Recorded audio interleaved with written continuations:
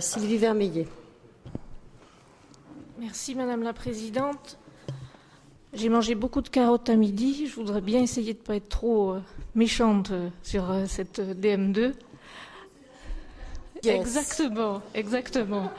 Je vous dis pas que voilà, je vais réussir, mais je vais essayer de ne pas être excessive. Je vais reprendre les chiffres évidemment. Donc cette DM a moins 8 353 avec l'ajustement dont Pierre a parlé. Donc c'est quand même la 3e année consécutive de DM négative. Et pour le coup, je crois que le président Edgar Faure aurait pu vous citer, vous adresser sa fameuse phrase « Voici que l'immobilisme est en marche et vous ne savez pas comment l'arrêter ». En fait, et je vais revenir sur ce que vous avez dit tout à l'heure, Madame la Présidente, à propos de l'investissement. Depuis l'investissement LGV, il ne s'est pas passé grand-chose. Je dirais, on est resté à quai, parce que le FRAC n'a pas fracassé grand-chose non plus. Et le plan lycée laisse quand même en mémoire les fermetures, même si vous avez une volonté d'investissement, mais cet investissement, il est récurrent depuis le transfert de compétences. Vous avez cité tout à l'heure, Madame la Présidente, un niveau d'investissement de 140 millions. Il y a, page 21 du rapport, une courbe d'évolution et du budget régional et de l'investissement et du fonctionnement. 140 millions, c'est le niveau d'investissement qu'on avait il y a 10 ans, il y a 15 ans. Alors il y a eu un pic à 188 millions au moment de la LGV et je conçois bien qu'on ne soit pas forcément à ce niveau d'investissement chaque année, que ce serait quelque chose de lourd.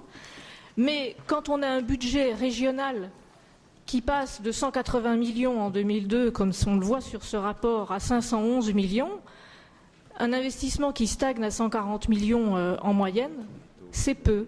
Et c'est pour ça que je vous parle d'immobilisme et je vais caractériser un petit peu plus loin avec d'autres chiffres. Néanmoins, vous avez toujours affirmé votre ambition pour notre région. Et cependant, donc, entre vos déclarations et vos réalisations, il y a quelques soustractions qu'on observe chaque année maintenant en DM2. Il y a ces documents d'AP donc, qui font état d'un certain immobilisme. Je n'ai pas besoin de qualifier votre gestion moi-même.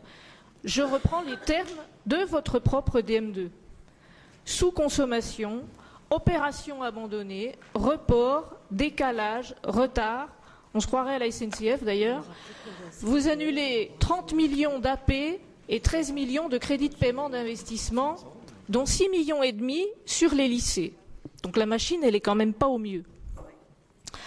J'ai repris vos termes annoncés au budget prévisionnel 2014. Je vous cite.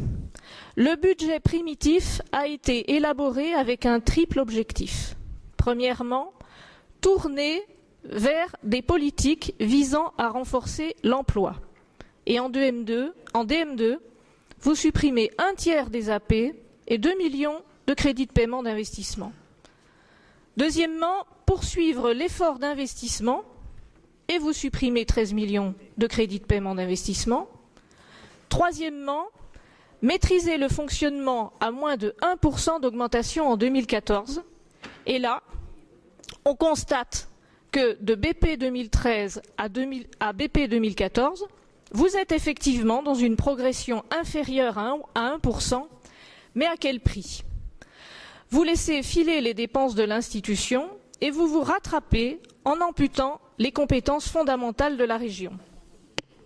Sur cette DM2, vous retirez 1 505 000 en formation tout au long de la vie, alors que vous récupérez 3,7 millions de recettes en apprentissage. Tenir 1% d'évolution de dépenses quand on ne s'attaque pas aux vraies cibles, ce n'est qu'un écran de fumée. Tenir 1% d'évolution de dépenses quand on va perdre 30% de dotation d'État, ce n'est pas réaliste. Avec cette DM2, vous vous apercevez trop tard de l'immobilisme dans lequel vous avez plongé l'institution et c'est pourquoi vous avez lancé à toute hâte le plan BTP afin de tenter de rattraper vos propres erreurs. Je vous l'ai dit lors de la présentation de ce plan BTP, comment s'étonner des soucis du BTP lorsque les commissions d'appel d'offres du Conseil régional n'engagent pas grand-chose depuis 2 ans. En 2012, 49 millions, en 2013, 7 millions, en 2014, en prévision, 7 millions aussi. Avez-vous communiqué ces chiffres au président des fédérations du bâtiment? Votre plan est bien loin de combler le vide des 2 années passées. Sur cette seule DM2, vous annulez 6,5 millions en lycée, 2 millions en économie, 1 million en tourisme et vous inscrivez 3,4 millions pour le BTP. Le compte n'y est pas, Madame la Présidente. Vous avez pleine responsabilité dans ces choix que vous avez faits depuis plusieurs années et ce sont vos chiffres qui le prouvent.